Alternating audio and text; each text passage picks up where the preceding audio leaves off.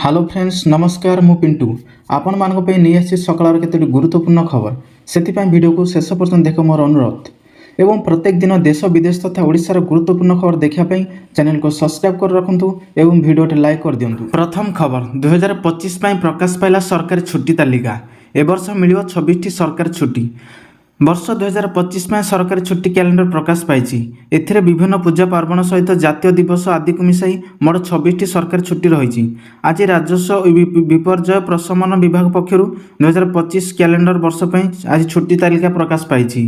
तालिकार 26 सरकारी छुट्टी रही बेले 8टी इच्छा दिन छुट्टी दिवस रही। परवर्ती खबर राजधानी में कलबल कर viral fever capital hospital medicine OPD सम्मुखें लगिल हो लंबा लाइन सेहीपरि शिशु विभाग और ओपीडी पाखर आहरी विकल चित्र देखा मिलूँ। माँ मैंने पिला काखे डाक्तर परामर्श अपेक्षा कर कांदरे पूरा परिसर कंपुची। हॉस्पिटल एभली दृश्य देखा राजधानी भाइराल फीवर प्रकोप। परवर्ती खबर झलसिव चंद्रभागा गुआ पौंडुचेरी परि हेब बेलाभूमि। झलसिव चंद्रभागा गुआ पौंडुचेरी झलसिव चंद्रभागार बेलाभूमि। चंद्रभागा बेलाभूमि ठारू इक्रोटिट पर्यंत हेब अति आधुनिकरण कार्य। एथिलागि सोमवार पर्यटन विभाग सचिव निर्देश क्रमे चंद्रभागार पहुंची पर्यटन विभाग युग्म निर्देशक सरोज कुमार स्वाई।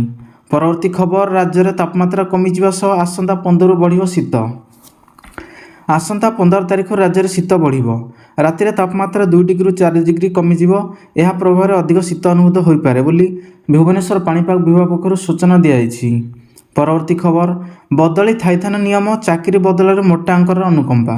मृत चाकरिया परिवार को थैथान प्रसंग चाकरी नहले मोटा अंकर आर्थिक सहायता प्रदान कर आईन मंत्री पृथ्वीराज हरिचंदन कहते। रिहाबिलिटेशन योजन संशोधन हो पारे बोली आईन मंत्री संकेत। खूब शीघ्र राज्य सरकार ए पक्षर एभली निष्पत्ति नियाजाइपारे। परवर्ती खबर मार्च 31 सुधा सबु थाना सीसीटीवी लगा हाइकोर्ट को निर्देश।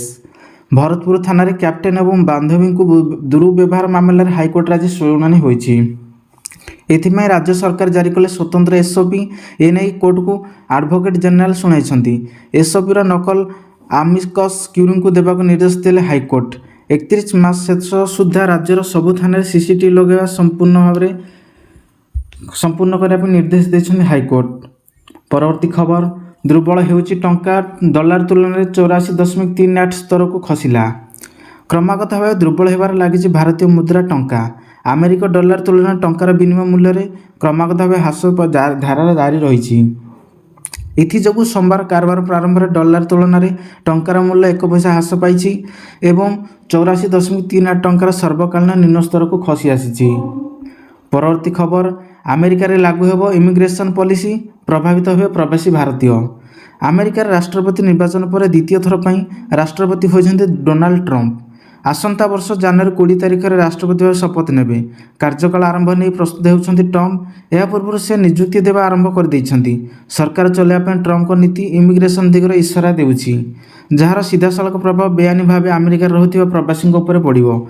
एही नीति जोगु बहुत भारतीय प्रवासी संख्याधिक भाव में प्रभावित हेबे। परवर्ती खबर क्रोम रे होची हैक हो जांतु सावधान। दुनियार सबुठु लोकप्रिय वेब ब्राउजर गूगल क्रोम रे अनेक सुरक्षा त्रुटि देखा मिली। लक्ष लक्ष इंटरनेट यूजर ब्राउजिंग पाई जो क्रोम उपर निर्भरशील से माने अनेक सुरक्षा त्रुटि रही। एथिरे भारतीय कंप्यूटर जलगान प्रक्रिया टीम चेतावनी जारी करिसेंती। परवर्ती खबर पंचगढ़ खसुनी पियाज दर किलो बर्तमान 70 टंकार 80 मध्य छुईला। कार्तिक मासरे पंचुकर भी पियाज दर बढ़िला। 15 दिन भितर किलो पिछा पाखापाखि 30 टंका बढ़ी सारा पियाज।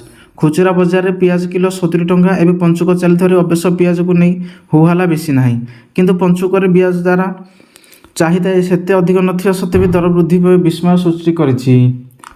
परवर्ती खबर मंगल दिल्ली जीव मुख्यमंत्री प्रवासी भारतीय दिवस रे नुआ वेबसाइट लोकार्पण उत्सव में देवे जोग।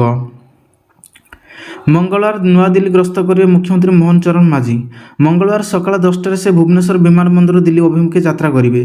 दिल्ली रे होटेल आशोकार 12:45 पहुंचे पर संध्या 5टार जवाहरलाल नेहरू भवन सीबी मुथामा हॉल रे थिबा 18तम प्रवासी भारत दिवस रे नुआ वेबसाइट लोकार्पण कार्यक्रम में जोगदेवे।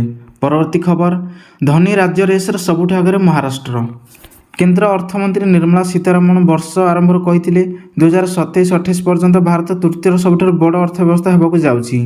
ସେ କହିଥିଲେ $5 ଟ୍ରିଲିୟନ ଜିଡିପି ଅର୍ଥାତ୍ ସକଳ ଘରୋଇ ଉତ୍ପାଦ ଲକ୍ଷ୍ୟରେ ପାଉଥିବା ଦେଶରେ ଏହି ଉପଲବ୍ଧି ହାସଲ କରିହେବ। ଏବେ ରାଜ୍ୟ ଓ କେନ୍ଦ୍ରଶାସିତ ରାଜ୍ୟରେ ବଢ଼ୁଥିବା ବେଗରେ ଏହାର ସମ୍ଭାବନାକୁ ବଢ଼ାଇ ଦେଇଛି। ଏହା ସହ ଅନୁମାନ କରାଯାଉଛି ଯେ 2006 ବର୍ଷରେ ଭାରତ ନମିନାଲ ଜିଡିପି 2 ଗୁଣା ପାଖାପାଖି ହୋଇଯିବ। ପରବର୍ତ୍ତୀ ଖବର, ଅଗ୍ନିଶମ ଆଧୁନିକରଣ ପାଇଁ 201 କୋଟି ଟଙ୍କା ମଞ୍ଜୁର କଲେ ରାଜ୍ୟ ସରକାର। ରାଜ୍ୟରେ ଅଗ୍ନିଶମ ବାହିନୀକୁ ଆହୁରି ସଶକ୍ତ କରିବା ପଦକ୍ଷେପ ନେଇଛନ୍ତି କେନ୍ଦ୍ର ସରକାର। କେନ୍ଦ୍ର ସ୍ୱରାଷ୍ଟ୍ର ମନ୍ତ୍ରୀ ଅମିତ ଶାହଙ୍କ ଅଧ୍ୟକ୍ଷତାରେ ବସିଥିବା ଉଚ୍ଚସ୍ତରୀୟ ବୈଠକରେ ଏଭଳି ନିଷ୍ପତ୍ତି ନିଆଯାଇଛି। ଓଡ଼ିଶା ସହ 3ଟି ରାଜ୍ୟ ପାଇଁ ମୋଟ 725 କୋଟି ଟଙ୍କା ମଞ୍ଜୁର କରିଛନ୍ତି। ଓଡ଼ିଶା ପାଇଁ 201 କୋଟି ଟଙ୍କା, ଛତିଶଗଡ଼ ପାଇଁ 147 କୋଟି ଟଙ୍କା ଏବଂ ପଶ୍ଚିମବଙ୍ଗ ପାଇଁ 376 କୋଟି ଟଙ୍କା ମଞ୍ଜୁର କରିଛନ୍ତି। ପରବର୍ତ୍ତୀ ଖବର, 2040 ସୁଦ୍ଧା ଲୁନାର ସ୍ପେସ୍ ଷ୍ଟେସନ ନିର୍ମାଣ କରିବ ଇସ୍ରୋ। ମହାକାଶ ଗବେଷଣା କ୍ଷେତ୍ରରେ ଭାରତର ପ୍ରତିବଦ୍ଧତାକୁ ସୁଦୃଢ଼ କରିବା ଦିଗରେ 2040 ସୁଦ୍ଧା ଲୁନାର ସ୍ପେସ୍ ଷ୍ଟେସନ ନିର୍ମାଣ କରିବାକୁ ଯେ ଭାରତୀୟ ମହାକାଶ ଗବେଷଣା କେନ୍ଦ୍ର ଇସ୍ରୋ ଭାରତର ମହତ୍କାଂକ୍ଷୀ ଚନ୍ଦ୍ର ମିଶନ ତୃତୀୟ ପର୍ଯ୍ୟାୟରେ ଇସ୍ରୋର ଏଭଳି ଯୋଜନା ସମ୍ପର୍କରେ ଉଲ୍ଲେଖ କରାଯାଇଛି। ପରବର୍ତ୍ତୀ ଖବର, ଆଜିଠୁ ଉଡ଼ିବନି ଭିସ୍ତାରା ଏୟାରଲାଇନ୍ସ, ନୂଆ ପରିଚୟ ଏୟାର ଇଣ୍ଡିଆ। ବିମାନ ସେବା ପ୍ରଦାନକାରୀ କମ୍ପାନୀ ଭିସ୍ତାରା ଲାଗି ସୋମବାର ତାର ଶେଷ ଉଡ଼ାଣ ଅହମ୍ମଦାବାଦରୁ ଦିଲ୍ଲୀ ମଧ୍ୟରେ ଭରିଥିଲା। ଏହି ସମୟରେ ବିମାନ ବନ୍ଦର କର୍ମଚାରୀମାନେ ଏକାଠି ହୋଇ ରନୱେରେ ଭିସ୍ତାରା ଏୟାରଲାଇନ୍ସକୁ ଶେଷ ବିଦାୟ ଦେଇଥିଲେ। ମଙ୍ଗଳବାରଠାରୁ ଏହାର ନୂଆ ପରିଚୟ ପାଲଟିଗଲା ଟାଟା ଗ୍ରୁପ ଦ୍ୱାରା ପରିଚାଳିତ ଏୟାର ଇଣ୍ଡିଆ। ପରବର୍ତ୍ତୀ ଖବର, ଥାନାରେ କେମିତି ବ୍ୟବହାର କରିବେ ପୋଲିସ ଅଫିସର, ସ୍ୱତନ୍ତ୍ର ଏସ୍ଓପି ଆଣିଲେ ରାଜ୍ୟ ସରକାର। ଭରତପୁର ଥାନା ମାମଲାରେ ଆଜି ହାଇକୋର୍ଟରେ ଶୁଣାଣି ହୋଇଛି। ଥାନାରେ କିଭଳି ବ୍ୟବହାର କରିବେ ପୁଲିସ ଅଫିସର ସେ ନେଇ ରାଜ୍ୟ ସରକାର ସ୍ୱତନ୍ତ୍ର ଏକ ଏସ୍ଓପି ଆଣିଛନ୍ତି। ଏନେଇ ହାଇକୋର୍ଟରେ ସତ୍ୟପାଠ ଦାଖଲ କରାଯାଇଛି। ପରବର୍ତ୍ତୀ ଖବର, ପେପ୍ସି, କୁରକୁରେ ଏବଂ ହର୍ଲିକ୍ସ ପରି ଖାଦ୍ୟ ସାମଗ୍ରୀ ବନିପାରେ କ୍ଷତିକାରକ। ଯଦି ଆପଣ ପେପ୍ସିକୋ, ୟୁନିଲିଭର ଏବଂ ଡେଡେନ୍ ପରି କମ୍ପାନୀ ପରି ଖାଦ୍ୟ ପଦାର୍ଥ ବ୍ୟବହାର କରୁଛନ୍ତି ତେବେ ସାମାନ୍ୟ ସତର୍କ ହୋଇଯାଆନ୍ତୁ। ନିକଟରେ ଏନ୍ଟିଆଇ ବା ଆକ୍ସେସ୍ ଟୁ ନ୍ୟୁଟ୍ରିସନ୍ ଇନିସିଏଟିଭ୍ ନାମକ ଏକ ବିଶ୍ୱସ୍ତରୀୟ ଫାଉଣ୍ଡେସନ ରିପୋର୍ଟରେ ଏସବୁ କମ୍ପାନୀର କିଛି ଖାଦ୍ୟ ପଦାର୍ଥକୁ କ୍ଷତିକାରକ ବୋଲି ପ୍ରକାଶ କରିଛି। ପରବର୍ତ୍ତୀ ଖବର, ଶ୍ରୀମନ୍ଦିର ସିଂହଦ୍ୱାରରେ ଠେଲାପେଲା, ଭକ୍ତ ହେଲେ ଆହତ।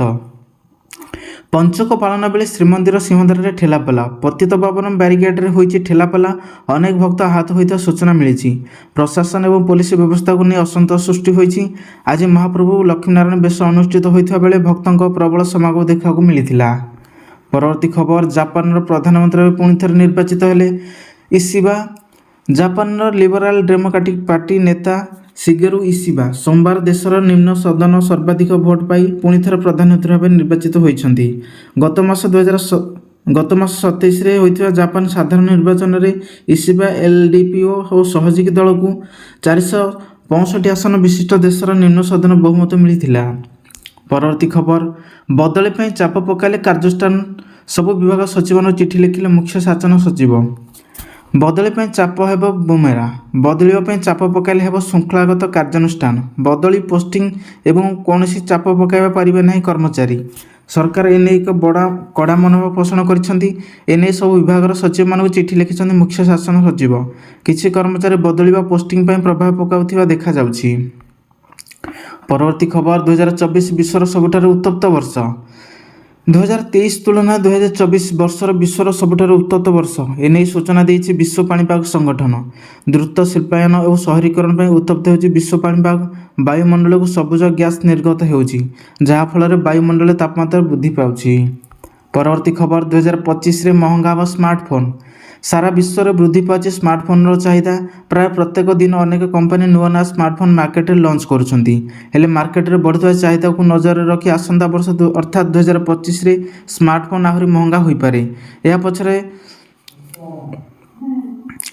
3ଟି ବଡ଼ କାରଣ ରହିଛି। ଯେପରି ଧୀରେ ଧୀରେ ଏଆଇ ବ୍ୟବହାର ବଢ଼ୁଛି, ବଡ଼ ଟେକ୍ କମ୍ପାନୀଗୁଡ଼ିକ ଏହା ଉପରେ ଅଧିକ ଗୁରୁତ୍ୱ ଦେଉଛନ୍ତି।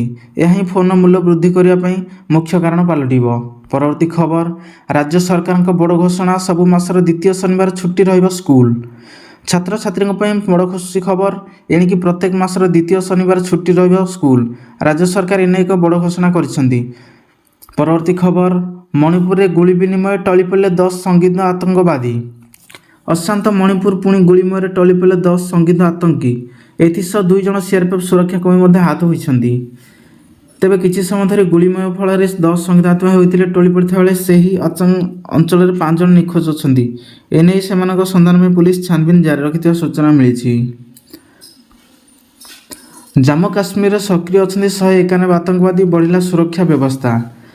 ଗୁପ୍ତ ସୂତ୍ର ଅନୁଯାୟୀ ଜାମ୍ମୁ କାଶ୍ମୀରରେ ବର୍ତ୍ତମାନ 119 ଆତଙ୍କବାଦୀ ସକ୍ରିୟ ଅଛନ୍ତି, ଯେଉଁଥିପାଇଁ ଜାମ୍ମୁ କାଶ୍ମୀରର ସୁରକ୍ଷା ବ୍ୟବସ୍ଥା ବୃଦ୍ଧି କରାଯାଇଛି।